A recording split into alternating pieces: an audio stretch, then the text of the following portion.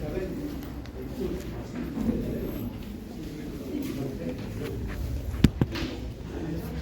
el efecto de la frecuencia cardíaca sobre la función de bomba del corazón. ¿Cuántas veces por minuto late el corazón? Más sangre puede bombear, pero existen importantes limitaciones a este efecto. La excesiva frecuencia cardíaca determina disminución de la fuerza de contracción, porque el miocardio consume demasiados sustratos metabólicos. Además, el periodo diastólico se acorta. Y esto ya vimos, ¿verdad? Cuando la frecuencia cardíaca aumenta el gasto cardíaco. Eso ya vimos. Aquí simplemente nos aclara lo siguiente, que si se mantiene el corazón latiendo todo el tiempo rápidamente, se va a agotar. ¿Por qué se va a agotar?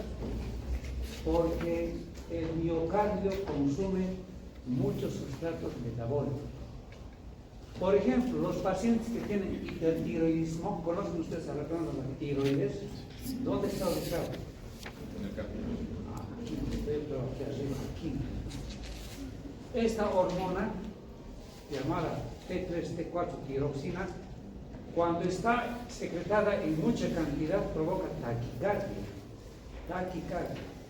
El paciente puede estar así con su taquicardia, pero el problema es ese, que su corazón se agota. Hay consumo excesivo de sustratos metabólicos. Por eso el médico le da fármacos para que esa frecuencia baje. Porque los hipertiroideos, les repito, están con su taquicardia. Hiper, ¿qué quiere decir hiper? Muchos. Entonces su médico les da un fármaco bloqueador de la taquicardia para que no se agote, ¿no? Bien, además hemos dicho que cuando la frecuencia cardíaca es excesiva, como dice ahí, existen limitaciones. Si está en 400 por minuto, el gasto cardíaco ya no aumenta, ¿verdad? Si no, disminuye. ¿Por qué disminuiría? A ver, mi alumno ¿por qué disminuye la frecuencia, el gasto cardíaco cuando está a 400 por minuto? A ver, hemos dicho que el corazón cuando late a 100 por minuto aumenta su gasto cardíaco. ¿A cuánto llega cuando es a 100 por minuto? A 70 latidos minuto, ¿a cuánto es el gasto cardíaco? 5 litros. A 100, 7 litros. A 400, ¿qué es medio? ¿Qué? A 400 latidos por minuto el gasto cardíaco cae a 0, ya no aumenta. Porque yo les dije, hagan su mano, 400 veces hagan así. El corazón no tiene tiempo para llenarse de sangre, no puede llenarse de sangre. Por eso el paciente entra en síncope cardíaco, pierde el conocimiento.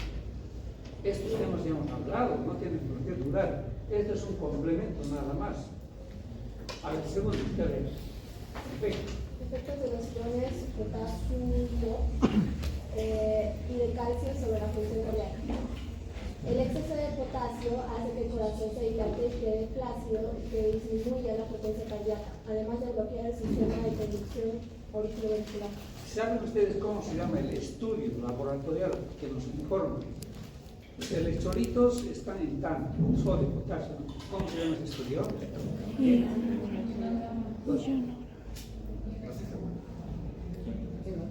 Fuerte. Química sanguínea. El electrolito se habla sodio, grasa. Se llama, jóvenes, ionograma. ¿Por qué se llama ionograma? ¿Qué es un ion?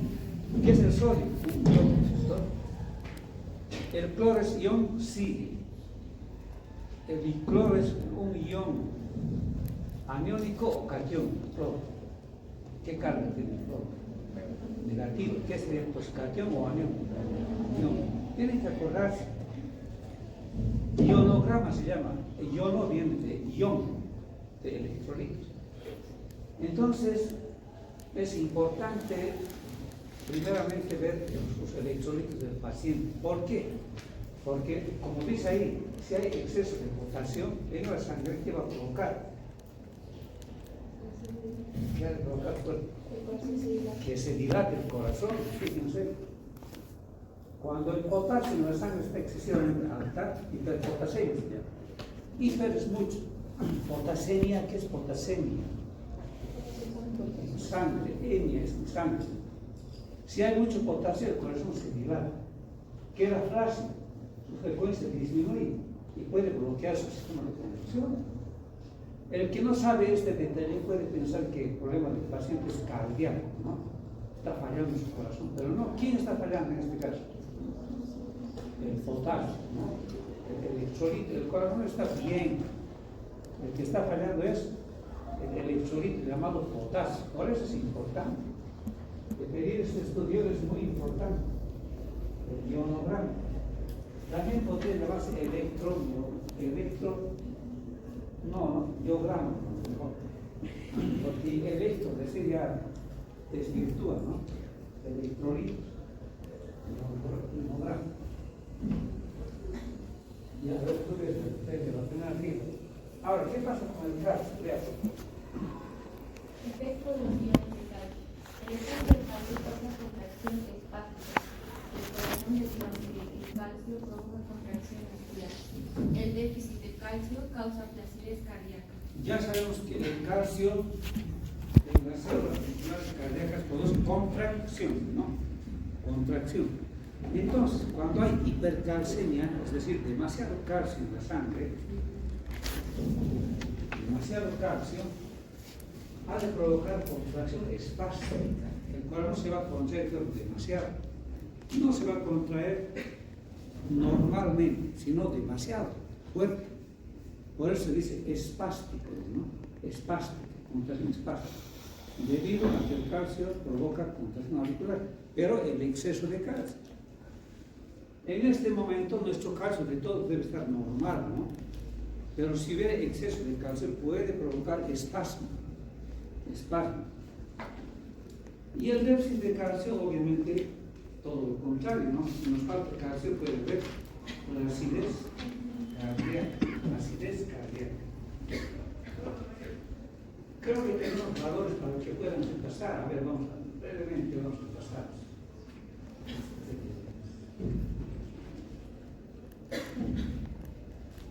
Ahí pueden buscar aquí ustedes. Calcio, ¿cuánto es normal? 8,5 a 10,5 miligramos por ciento. ¿Cuánto es el valor normal de la urea glucosa? Está aquí en muchos valores, miren. Potasio, cloro, sodio. Claro que varía un poquito, hemos dicho, ¿no? Pero hay que aprender estos valores.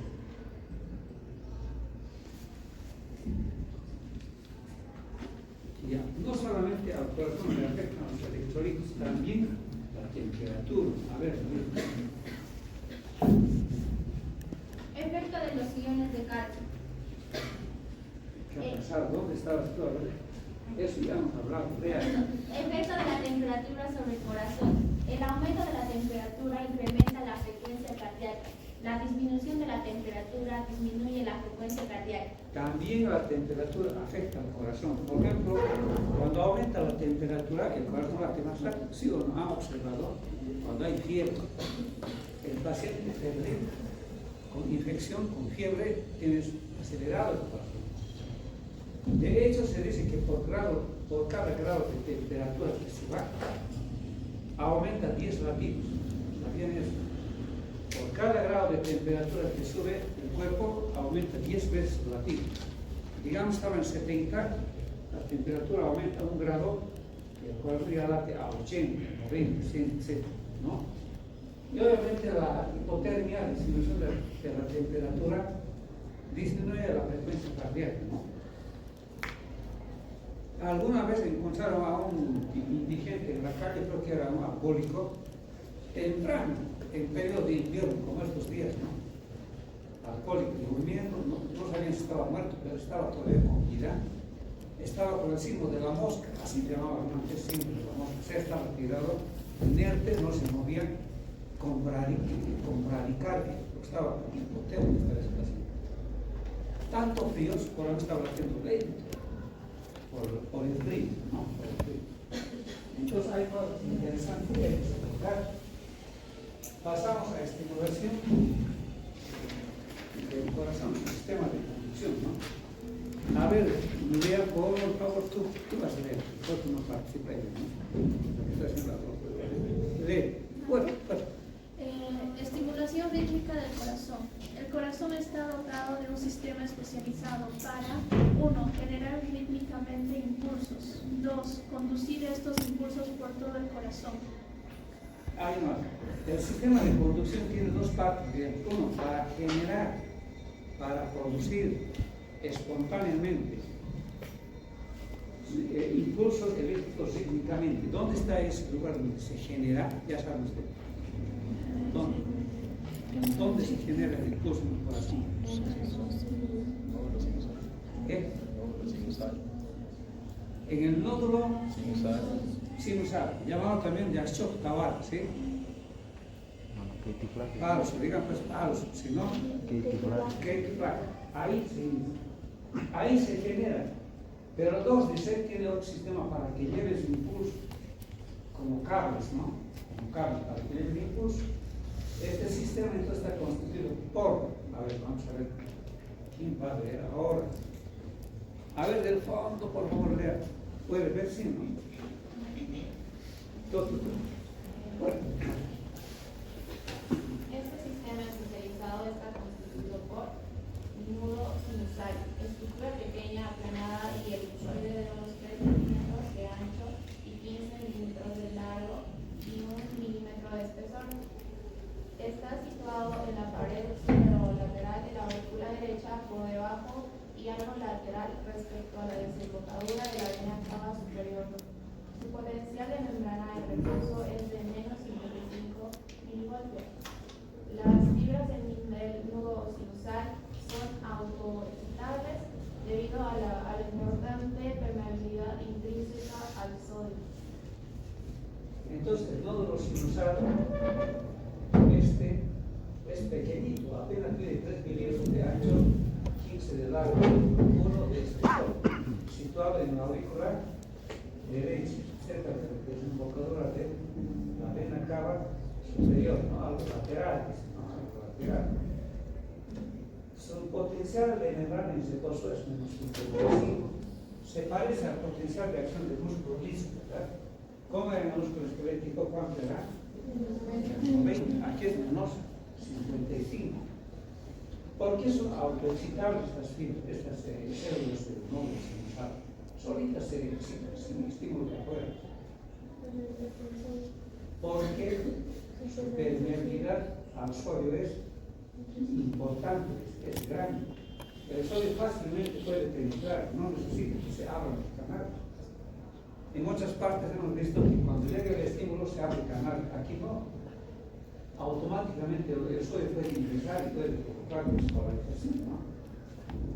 En el dibujo se ve claramente, ¿no?, la distribución del sistema de conducción.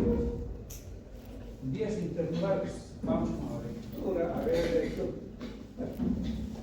Vías internodales. Bachmann, este se divide en dos haces. Uno se dirige a la aurícula izquierda, denominado fascículo interauricular anterior, y otro al nódulo ventricular medio y posterior. Estas vías conducen el estímulo a una velocidad de 1 metro sobre segundo. ¿Cuántas vías internodales hay? 3. Anterior, medio, posterior, con sus nombres, ¿no? El anterior emite una ramita que va hacia auricular, a la izquierda, porque todos estos están en el derecho, pero hay una ramita que se va a la izquierda, y es rama de la vía de Bachmann, el anterior. Su velocidad es 1 metro por segundo. A ver, ¿qué pasa en el nódulo auriculoventricular? A ver, lees tú, por lo que tú. Nódulo auriculoventricular. Localizado en la porción posterior del tabique de la aurícula derecha, inmediatamente por detrás de la válvula tricúspide y contigua a la desembocadura del seno coronario. El impulso, tras viajar por las vías internodales, alcanza el nudo auriculoventricular 0,03 segundos. Después de haberse originado en el nudo sinusal, luego existe un retraso de 0,09 segundos en el mismo nudo auriculoventricular. En el haz penetrante auriculoventricular se produce un retraso final de otro 0,04. Entonces, el nudo auriculoventricular está ubicado en el tabique de la aurícula derecha, acá. Desde aquí, nosotros usar hasta el nódulo auriculoventricular por las vías internodas, ¿cuánto tarda en llegar? 3 centésimas de segundo. Ahí está. Entonces, de aquí llega, tarda 3 centésimas de segundo. Fíjense que cuando llega al nódulo sinusal se retrasa la velocidad. Se retrasa. ¿Cuánto se retrasa? 9 centésimas de segundo. A ver, veamos aquí. Aquí, ¿cuánto de retraso hay? Nódulo auricular. 0,09 de segundo. Llega al haz penetrante. Aquí también otro retraso. ¿Cuánto? 0,04. En total, ¿cuánto de retraso hay? Son 9 más 4. 0,13. El retraso que existe en total es 0,3. Desde el nódulo sinusal hasta el haz auriculoventricular tarda 0,16.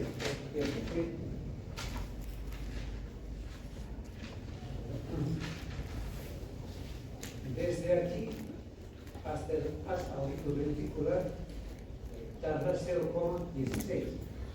Sumar, ¿no?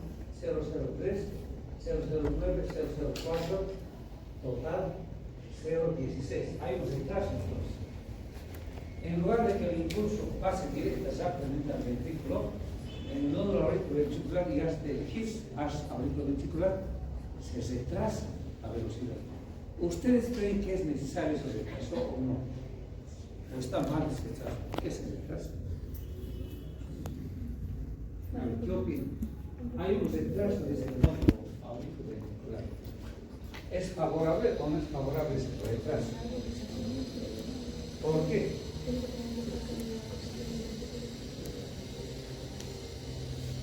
A ver, hablaremos de este lado. ¿Qué dicen? ¿Qué es? ¿Ese retraso está bien o está mal? ¿Qué?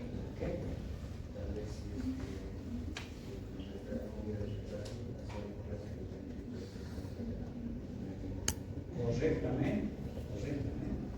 La aurícula se contrae, el ventrículo se contrae, ¿cómo ha de pasar la sangre? Tiene que haber retraso.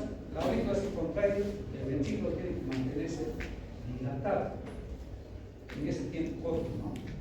1/10 de segundo. Se llena de sangre y recién el impulso viaja por el ventrículo para provocar sístole ventricular. Por lo tanto, es importante ese retraso. Si no hubiera retraso, no hubiera circulación. No pasa.